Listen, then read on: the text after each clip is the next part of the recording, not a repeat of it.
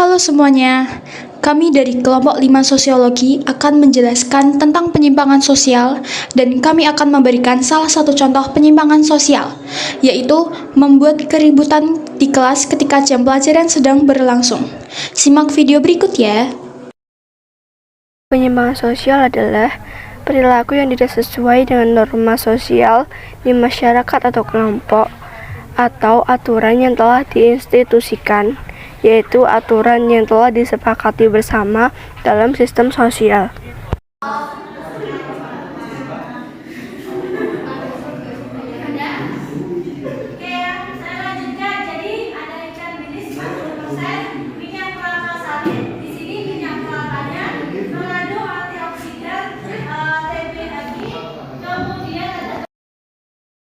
Menganalisis masalah penyimpangan sosial ribut di kelas saat pelajaran yaitu karena menurut norma kesopanan apabila ada guru yang mengajar atau menerangkan pelajaran, semua murid itu harus mendengarkan dan memperhatikan guru.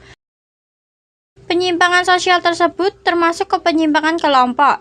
Penyimpangan primer yang negatif apabila dilakukan beberapa kali saja, dan penyimpangan sekunder apabila siswa mengulangi perbuatannya dan dilakukan berkali-kali.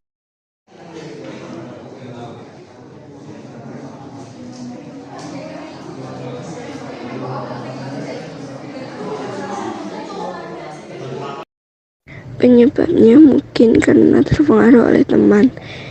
Jadi siswa menganggap penjelasan dari guru itu tidak penting, sehingga menyepelekan guru tersebut dengan cara tidak mendengarkan dan memperhatikan guru yang sedang menjelaskan materi.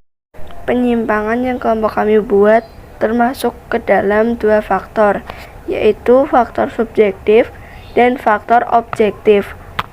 Lalu termasuk ke dalam ketidaksanggupan membedakan hal yang pantas dan tidak pantas. Yang selanjutnya juga termasuk ke dalam pergaulan yang berlainan. Dan yang terakhir termasuk ke dalam menganggap perilaku tersebut wajar.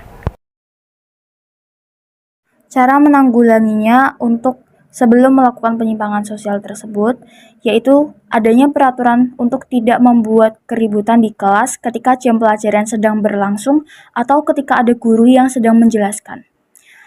Ketua kelas melakukan musyawarah kepada teman satu kelas untuk menyepakati pembuatan peraturan tersebut agar peraturan tersebut bisa dilakukan atau dilaksanakan dan menghindari perlakuan penyimpangan sosial yang dilakukan oleh teman kelasnya.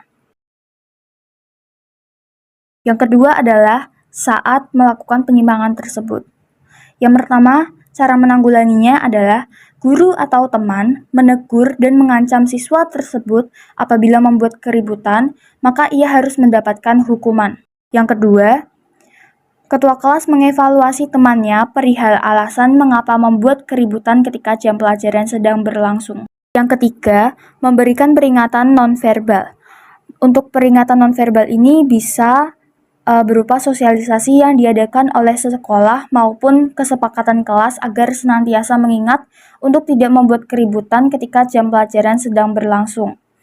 Untuk peringatan nonverbal ini contohnya seperti poster yang ditempel di papan kelas.